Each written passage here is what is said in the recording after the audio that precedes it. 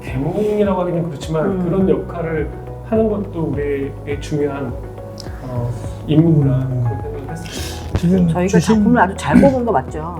네, 지금 뿌듯합니다. 지금 답해주신 부분이 저희 그 질문에 네. 좀 하나가 있어요. 네. 같은 내용인데 제가 좀 여쭤보면 똑같은 내용일 수 있는데 디자인을 하다 보면 이제 설계자랑 이제 건축주, 시공사 이제 입장 차이가 좀 날 수 있잖아요. 네. 그러니까 지금 현재 뭐 이제 어떻게 보면 건축주랑 이제 합이 맞아서 디자인을 하기 시작하지만 그래도 그 와중에도 또 안 맞을 수 있잖아요. 진행하다 보면 네. 처음 어떻게 보고 건축주를 만나고 뭐 다 따르겠다 뭐 어쨌든 잘 얘기를 해서 진행하겠지만 그래도 안 맞는 부분이 있다면 어떻게 조율하시는지?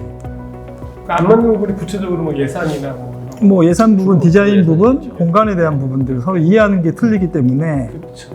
그런 자재 선택에 부분들이 있어서도 그럴 거고요. 근데 그건 다 과정인 것 같아요. 설계가 완료가 됐으면은 그런 것들을 다 이해를 시켰기 때문에 완료가 된 거일 거 아니에요. 설계가 완료된 이후에도 그런 갈등이 있으면 문제긴 하겠지만 설계가 완료가 늦춰지더라도 충분히 그 상대방에 대한 어떤 이해가 있어야 되는 거고. 설득해 나가시는 거예요. 네네네. 그래서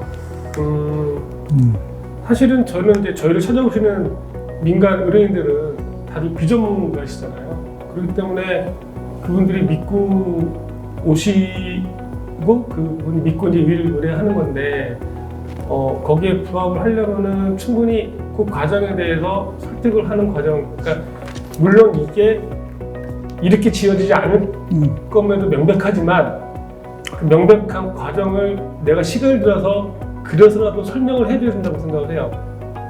예를 들어서 저는 이제 여러 가지 대안들이 있는데 뭐 알트 ABC가 있어요. 근데 내가 봐도 그건 C일 수밖에 없어요.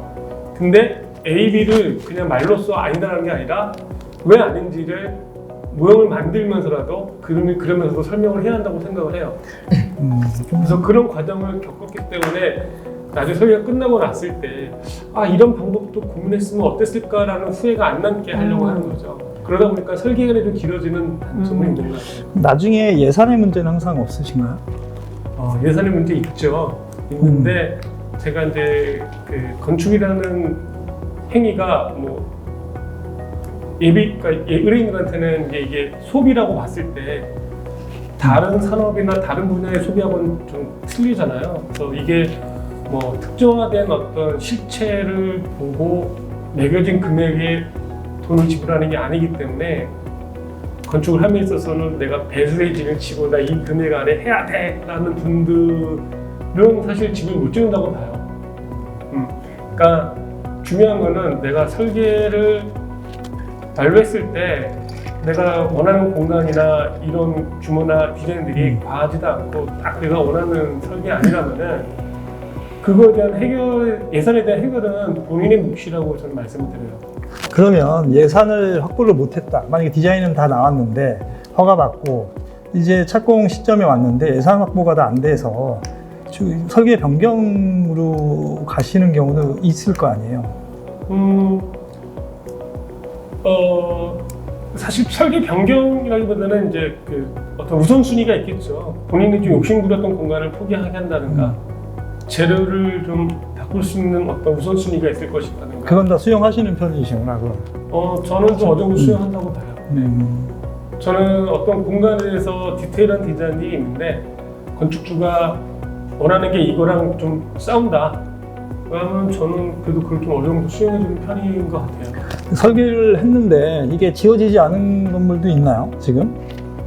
설계는 다 해놨는데 예산 때문에 못 짓고 있는 건물들도 있나요? 그건 없고요. 홀딩이 된 게 있어요. 그러니까 설계가 다 되지 않고 과정이 홀딩된 거. 저는 그게 많아가지고 건물을 너무 고급지게 설계하는 거 아니에요? 아니, 저는 항상 예산 때문에 못 짓는 경우가 많아서. 강원동의 그 브릭메시를 보고 웅리동 바로 도로 이게 건너편 웅리동이에요. 되게 거기는 촘촘하게 동네가 다르잖아요. 그래서 거기를 의뢰하신 분이 그 모 건설회사의 부사장님이세요. 그러니까 큰 회사들은 또 이런 건물들은 자기가 전문가 아니니까 우리 같은 사람을 찾아오게 돼요. 그래서 기업의 건설회사의 임원임에도 불구하고 쏘셨는데 문화재십니까 봤는데 벌써 3년이 지났어요. 잠깐 멈춰달라. 그래가지고 계속 전화드리면은 찾아오겠다 해놓고 밥만 사고 가세요. 그게 벌써 3년째 됐는데 뭐 또 최근에는 페이스북 친구 신청해가지고 인사까지 하고 그러는데 언제 일지 모르겠어요. 뭐 아직 설계 중인 거네요. 그건. 네네네. 그런 것도 있고 이제 지구 단위계 도시계획 심의가 진행이 되는 과정에서 불확실한 경우 이런 경우에 좀 홀딩이 돼가지고 그런 거. 그러니까 뭐 주차 출구 위치를 정해놨는데 그게 바뀔 수 있는 개연성이 있을 때 확인해봤더니 뭐 내년 3월에 도시계획 변경이 있을 거다. 그럼 홀딩 해야겠죠. 그런 것들. 예산 때문에 홀딩 된 경우는 별로 없어요. 거의 90%다 지어지신다고. 그리고 이제 상담을 오시면은 예산이 확보되면은 짓겠습니다 이렇게 얘기하시는 분들한테 하는 말이 지금 못하시면은 계속 못합니다라고 해요. 네. 그러니까 나중에 뭐 더 하겠다 이런 거는 거의 못 본 것 같아요. 시간을 잡아야죠. 그리고 예산뿐만이 아니어도 이렇게 하다 보면 계속 법은 강화가 돼요. 네네. 그래서 지금 제가 진행하는 것도 처음에 있는 법대로 했으면 벌써 그걸로 됐을 텐데 법이 강화가 돼서 주차장 더 넣어야 되고 하다 보니까 점점 더 열악해지는 거예요, 환경이. 그러니까 건축주가 그래서 차라리 그때 할 걸 그랬어라고 후회하는 경우가 많죠. 근데 네네. 건축주들은 그 당시에 그거를 이해하지 못해요. 자꾸 만지면 더 좋아질 거라고 생각을 하지만 우리가 컨트롤할 수 없는 다른 여건들이, 요인들이 있다는 걸 이해하지 못하는 부분들이 또 큰 난관이 될 때도 있더라고요. 그 건축주가 설계 의뢰를 하실 때 네. 초기에 이제 예산을 미리 말씀 주시는 케이스도 많이 있으시잖아요. 네, 제가 여쭤봐요. 여쭤보는데 여쭤보기도 하고 이제 말씀하기도 하지만 좀 사실 그 집을 짓는 행위가 그러니까 차는 내가 몇 년 만에 바꿀 수 있잖아요. 집은 몇 년 뒤에 또 짓진 않고 대부분 다 한 번 짓거나 많이 전에 두 번이거든요. 그래서 그분들이 생각했던 비교 대상의 소비가 너무 옛날이거나 남이 어르신들이 지었던 옛날의 사고방식이 머물러 있어요. 그래서 뭐 평당 얼마다 이 개념을 아직도 갖고 오시는데 많이 나아지긴 했어요. 사람들 인식이. 그래서 소비를 내가 비교할 수 있는 대상의 시점이 너무 멀거나 다르기 때문에 그 부분에 대해서 설명을 드리긴 해요. 그래서 저희가 통계적으로 다 짓고 나 보니 이 정도면 얼마 정도 예산이 소요되긴 하나 그 또한 참고사항이지 그걸로 맹신할 수는 없다.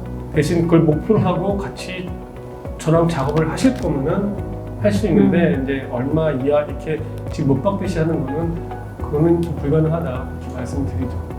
건축사님 케이스 같은 경우에는 초기에 이제 예산 구상을 하시잖아요. 그게 이제 나중에 이제 설계가 완료됐을 때 네. 그 예상하고 이렇게 잘 맞으시나요? 아니면 많이 이렇게 어긋나시나요? 그래도 살짝 오버는 되는 것 같아요. 네. 근데 그 당시에는 돈이 이거 아니면 안 된다고 하시지만 어떻게든 공사를 진행하잖아요.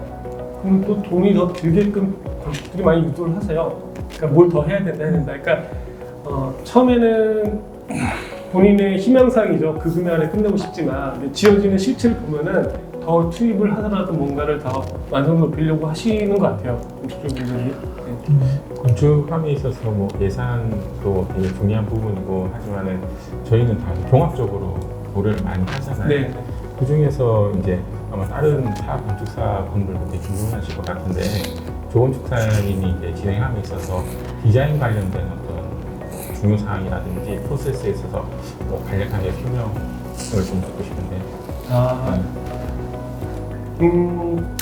제가 예전에 어디 이렇게 썼던 게 있는데 이제 이게 제가 이제 건축주들한테 그냥 딱 오시면 이제 예를 주택이다 그러면은 뭐 방 몇 개, 뭐 몇 평에 이렇게 단편적으로 쓰시기도 해요. 그냥 아이템별로. 근데 최근 이제 몇 년도부터는 그러지 마시고 이제 내가 건축주가 돼봐야 된다. 그 1인칭 시점으로 설계할 수 있는 어떤 조건을 들어요. 그러니까 현재 선생님이 살고 계시는 주택에서 24시간을 어떻게 지내는지 한번 글로 써주시고 그리고 내가 집을 지었다면은 지어서 앞으로 들어갔다면은 내가 희망하는 삶이 24시간 어떻게 살고 싶은지 글로 달라고 해요. 그러면은 이게 텍스트로 되면은 제가 어떤 상이 뭐 이제 어떤 맺혀지지 않은 편견이 없어지니까 제가 이 의미로 해석을 해서 뭔가를 그 안에서 막 돌아다니는 거죠. 그렇게 해서 좀 하다 보니까 이것도 좋고 저것도 좋고 막 그러다 보면 알트가 많아져요. 근데 같이 이제 그 과정 계속 의논하는 과정에서 이제 하나로 귀결이 되는 것 같아요. 또 그렇게 좀 하고요. 가끔 이제 뭐 상가 같은 경우는 사실은 이제 임대자가 임차인한테 그러면 이제 내가 너 입장에서 내가 뭐 이러이러한 공간들을 배려했어 라는 어떤 2인칭적인 시점. 이제 공공 프로젝트를 할 기회는 별로 없었는데 한다면은 불특정 다수니까 뭐 약간 3인칭 시점, 그러니까 인칭을 좀 구별하려고 해요. 네. 그렇게 해서 주로 거의 1인칭, 2인칭 위주로 했던 거의 역지사지 같은 느낌이네요. 네. 뭐 거꾸로 그 조한준 건축사님 집을 설계한다면 네. 뭐 주안점이라든지 거기에 뭐 디자인에 뭐 힘을 줘야 된다든지 뭐 이런 부분들이 혹시 생각하고 계신 게 있는 물론 대지 상황이나 뭐 경제적인 여건에 따라서 그때부터 달라지겠죠. 네. 저는 중이 제 머리를 못 긋는다. 이게 대부분 다 부부가 오시잖아요. 그러면 남편분들이 힘이 없으세요. 네. 아내분들이 더 파워가 세시거든요. 그래서 기다가 듣겠습니다. 제가 우리 집을 내가 설계할 경우 아마 집사람이 이혼하자갈 수도 있을 것 같아요. 아마 저도 그런 생각을 해본 적이 있어요. 그러니까 어쩔 수 없이 제가 뭐 이렇게 설계를 해서 집을 짓는다면은 하고 싶은데 남의 집을 설계하다 보니까 하지 못하는 어떤 언어비라고 해야 되나? 그런 것들을 좀 넣고 싶은 건 있겠지만 근데 가끔은 또 제가 건축주가 한 번도 안 돼봤잖아요.